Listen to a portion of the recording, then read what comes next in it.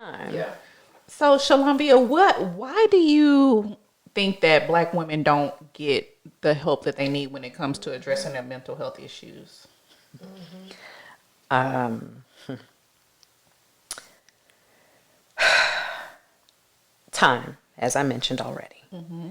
I think, unfortunately, sometimes relationships with religion can be a problem. Speak on it. Woo, I was telling John Tay, I said, Yeah. I really think that's an issue for It's some an women. issue. It is, right? So you think about in the Black community, period, and this is not to indicate that it doesn't happen in other communities, this is where we're talking. When you have a problem, at least where I was taught growing up Baptist and being in the church, where you go to the Lord in prayer. Yeah, you get in that prayer closet, baby. So you're supposed to have the faith of mustard seed, the size of a mustard seed. So if you need that much faith, then why can't you work through your problems? Why are you not giving it to the God that you serve, who is supposed to be all things, right? So that becomes conflictual in my mind. I can't reconcile being a faithful Christian and going to talk to a human about my problems and thinking they can help me in ways that if I hit my knees, my God couldn't help me. So I think that's a problem. The next answer is if you don't feel like you and God are syncing, then you go to the church, and the church tells you what your God told you that you missed. But you're still talking to a human. This is why I struggle with those philosophies, right? Right. And I'm also a firm believer that my creator created all the things that we need around us. So why would I poo-poo a thing or a person that has the capacity to make it plain for me, so to speak? Yeah. So I think religion is a problem. I think time is a problem. I think our finances are a problem. We are some hustling folk. Yeah. But in the hustle, we like things. We do like that. So I don't really want to pay my copay. I could go buy a bag or put that money might up make to me go feel on better though. vacation. Stepping out with that new. It sure does. It sure does. Till it ain't new no more. And then you still got the same problem you had. Right? So we don't want to spend the money. We don't want to spend the time. We don't want to buck the religion. We don't want to have people in my business. Right? Now, I have to, in defense of the wonderful Black people, we are doing so much better about mental health awareness. Yes, I see a lot of people starting to talk about it and be aware and just be open. It's not as taboo as it used to be. Yeah, we're normalizing it. But then that goes back to these letters. Please stop talking to just everybody who did a post that said that they can help you and they have no formal education whatsoever. Yeah. We would rather go to, I have had people do this, which is pure insanity to me. They will call and say, "Oh, are you a life coach?" And in expressing what I do coaching very rarely though. My main thing is psychotherapy. But in saying, well, no, I prioritize psychotherapy. Oh, I'm looking for a life coach. Well, let me educate the Bloom family.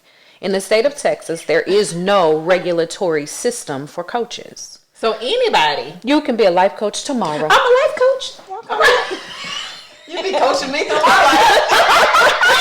That's it. We be coaching each other, girl. We be trying to figure it out. That's it. And I don't want to ruffle no feathers, but that's kind of the same with people becoming pastors and opening churches. So we can leave that there. But the point is, when we don't have regulatory systems that keep people in check, it allows people who don't have the best intentions and just want a bag to come and get involved. So please pick a person with letters behind their name, such as LPC, licensed professional counselor, LMFT, licensed marriage and family therapist, or LCSW, which is a licensed clinical social worker. Now, you can also work with people who are provisionally licensed, and sometimes people turn their nose up at that. Your doctor started in a residency, and they had to practice under the guidance of someone else who knew what they were doing too.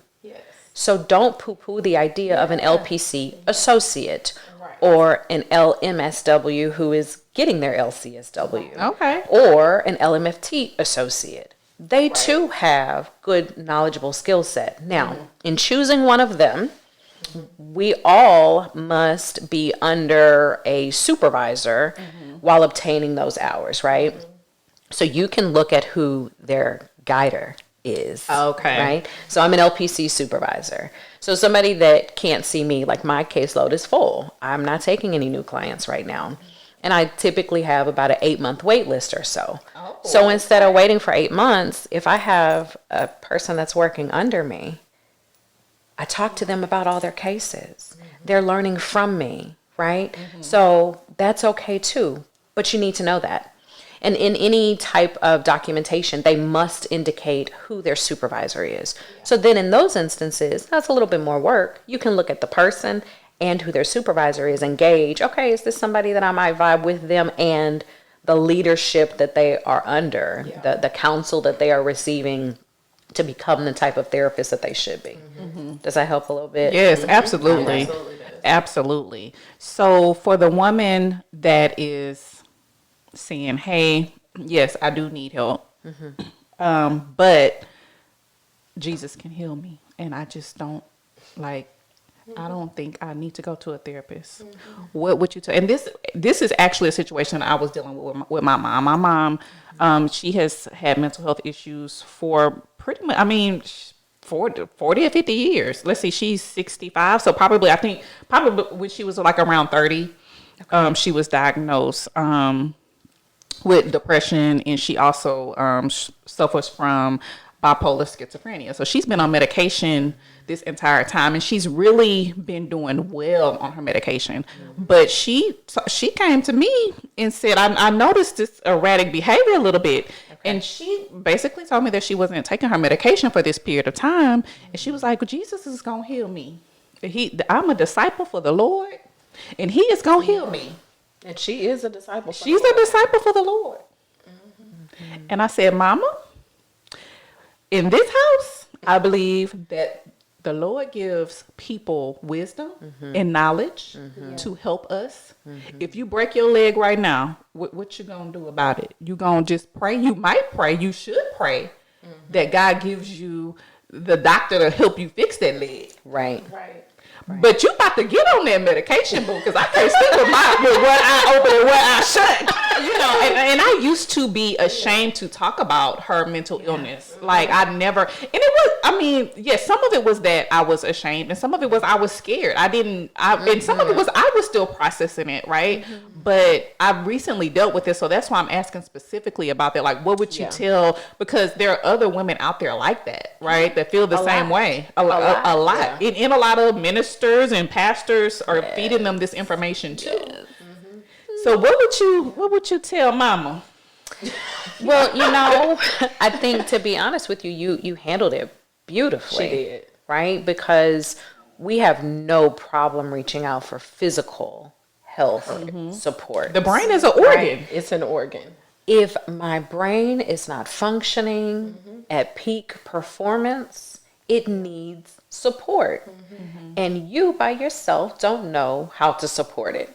So let's just talk to somebody and see what they would recommend for the fastest way for you to stop coming to see them. Let's talk to somebody and see what they can recommend to help me help you. Yeah. Will you go with me? If I'm going, I just want to know how to support you, right? So my therapist thought it might be a good idea for us to sit together. Right. So sometimes we then remove some of the pressure. Like, it's not just about you, Mom. It's about us as a collective. I'm willing to go with you, or you come with me, whichever one feels more palatable, so that we can figure out how we can engage and work better and help our family to grow, et cetera, et cetera, et cetera. Yeah. And I just want to say publicly to you, like, I admire you because I know the journey you've had with your mom over the last 30 years, and the way that you just kind of kicked into gear when things were not going well for her and she was in the house.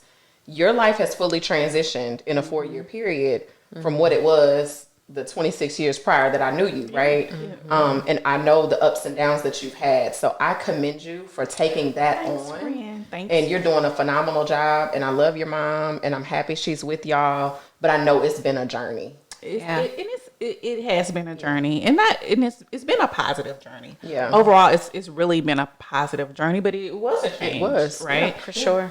So yeah, girl, look, that's a whole therapy session in itself, child. But thank you, Much friend. more of a reason why you need to have your own provider. So you have a Absolutely. safe place to get that out, and hopefully they are knowledgeable about those specific diagnoses and how you as a caregiver function and the ways in which you respond, because unfortunately it's not abnormal for individuals who have one of the variations of bipolar disorder to get on and off of medication. Yeah. It's unfortunately a routine part of it. because they right? feel better, right? And then they're like, Absolutely. "Well, I feel better. There's nothing wrong, so I don't need it anymore. Right. I'm healed." And it's Right. like a cycle. But she's done really, really well. She has. I think this was just a lot. I was pregnant, and I think there was a lot of change for her, and she was excited about another grandbaby. But baby, no, we had to nip that in the bud. That's a good thing. She had no choice on that one. Because I'm like, Mama, I love you, and I'll do anything for you. Yeah. But look at here, this is non-negotiable, boo. Yeah. This is non-negotiable. Yeah. Yeah. So You gotta get it. Yeah, she for she sure. didn't have no choice. She said, I'll go to the nursing home. I said, what time you unpack your stuff up? I ain't gonna argue with you. Yeah. What time you need some help? You make it stuff. So as a compliment to you, What in time that, it is? she did choose. She did have a choice, and she chose to respect Yeah. your boundaries. Yeah. She did. So that choice was something that you can highlight as a positive. She She got it ready. She rethought that real quick. She like, okay, I guess I don't want to go there. And she apologized. She did. She did. It was good. She did. And I'm not the toughest. I mean, I'm not the easiest person to live with because I like stuff my way. Like I've been on my own for so long. Bless even my husband. Like bless him. It's like when you do things your way for so long and then you add somebody else in that. So for her, I'm not the easiest person to probably live with. And she's really super easygoing. She's very laid back, very calm. She's non-confrontational. So she'll follow any rules that you have. But I can be a little nitpicky about stuff for her too. So I acknowledge that. But baby, that was a non-negotiable. That Sisters of Color mental load that you just tinkered with. Yeah. But yeah. Speak on it, sis. We have a higher degree of probability of marrying later in life Yeah. and starting our families later in life. So we're more set in our ways. Yeah. And we don't do as well with that compromising spirit. And so that too is a part of the mental health concern, right? I can get help for that too. To compromise. Yes. Absolutely. I do that all day. Yeah. That part is one of the biggest recurring themes when I work with women of color. Girl. Yeah. Yeah. Yeah. Thank you. I'm gonna try. Absolutely. You can do that. You can do I'm gonna better find now. somebody. Look, I'm gonna find somebody soon. It's on. I got it written down. Now that I know what I need to look for, what questions to ask. Yeah, it's gonna happen soon. Well, now I know, so I'm just going to be checking and Yeah, seeing. hold me accountable. Absolutely, because that's what we have to do as sister friends, right? Yes. And that's what I expect even from this one over here, for her to be like, "Yo, did you find somebody?" So give me a couple of weeks. Okay, but we've talked about it multiple times. I know, but you ain't just put my feet to the fire. Like Okay, you've okay, been I got talking you. about this. Oh, I got you. And what's You ain't so said what's the nothing but a result? word. I So know. what's Now your that deadline? my deadline is, I'm gonna say 10 to 12 days. I'm gonna say 12 days max. 12 so days 12 max. days. October 31st works too. See, that's why I knew once I brought it up, like she I gonna got be you. on me. Okay, so October 31st. I'll Yeah. check in with her about to check in with you. Yeah. Okay. We got this. Okay. Okay. We got it. For sure. All right. And if And- through your process of looking for somebody, I'm happy to help you with that. I'm Absolutely, happy to yes. help you. I'll be, yes. So some referrals. First, we're gonna start with my. Look, if you can figure out who take United Healthcare, that's the first. 8 phases behavioral health takes United Healthcare. Okay, look, that's the start. Well, there's that. Because I have some free sessions. We're gonna get those out the way, and then I'll figure out the budget for the rest. But Absolutely. we're gonna get the free sessions out the way. Yeah. But yeah, this has been amazing. What else is? What else you got? I think we need to give our listeners, our Bloom fam, some resources. Do you Yeah. have Absolutely. resources for them just as they're exploring, as they're needing, to just find themselves, find their way, find their therapist? What resources do you have or suggest for them? So Google is our friend. There's nothing wrong with just starting with like your zip code and a therapist that does blah, right? That oftentimes, at least in my searches, when I help folks, takes you to Psychology Today, and I think it may just be because they have a really big platform, and you can filter for almost anything and everything through there. It'll then take you to each provider's profile page, and then that takes you to their websites and the such, and then you can have conversations with them from there. So far as other resources with just kind of handling mental load, now this kind of gets into that therapeutic side, but one of the biggest things that I do is with regard to helping folks manage it is literally looking at their time and how it's being allocated. Do you use a planner of some sort?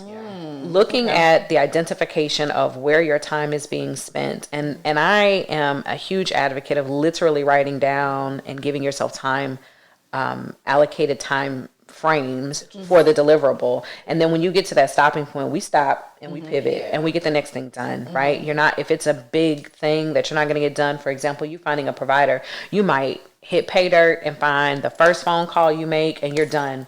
Or you might be on like the 7th phone call and the baby is crying and you got to get dinner going and you got to start vacuuming and you got to do. So then say, okay, I'm going to spend 30 minutes every day from this window to this window executing this deliverable. That also reduces the feelings of guilt and shame for not getting a thing done because you actively chipped away at it. It's not you doing all of it at one time, especially for, again, women who have heavy loads. So I would absolutely advocate for that. And then self-care, which I know people talk about it all the time, but self-care can look so many different ways. Like, some people are like, oh, go get your nails done. That's not self-care to me. That's stressful. I do it because I got to. I don't enjoy it. It can be kind of stressful. I don't enjoy it. So for me, self-care is being able to get lost in a book or maybe listening to a certain type of music, or sometimes it's complete silence. Just shutting out all of the noise and the lights and the communication to just allow myself to be a little less overstimulated. So you have to check in with you and figure out what helps you to feel good, and then use that. Going to a gym, going to the park, going swimming, if whatever the things are that really help you to feel better about self and make things feel a little less overwhelming, that are also not maladaptive behaviors. Right. Then we can tap into that. Okay. In addition to that, Houston and the surrounding areas have lots of resource groups if you're a group kind of person. So social media lists lots of different meetup groups or activity groups or things that kind of help to push you toward the direction you want to go. So I would advocate looking into those things as well. That's You good. are Is that a good amazing. start? Yes, that's You are a great start. Yes, that's a great start. You are amazing. But I tell you, friend. that I love you so much. I love you. Yes, thank you for being here. Yes, you got to come back because this was Yeah. amazing. Girl, look, you helped me. How much I owe you? Like,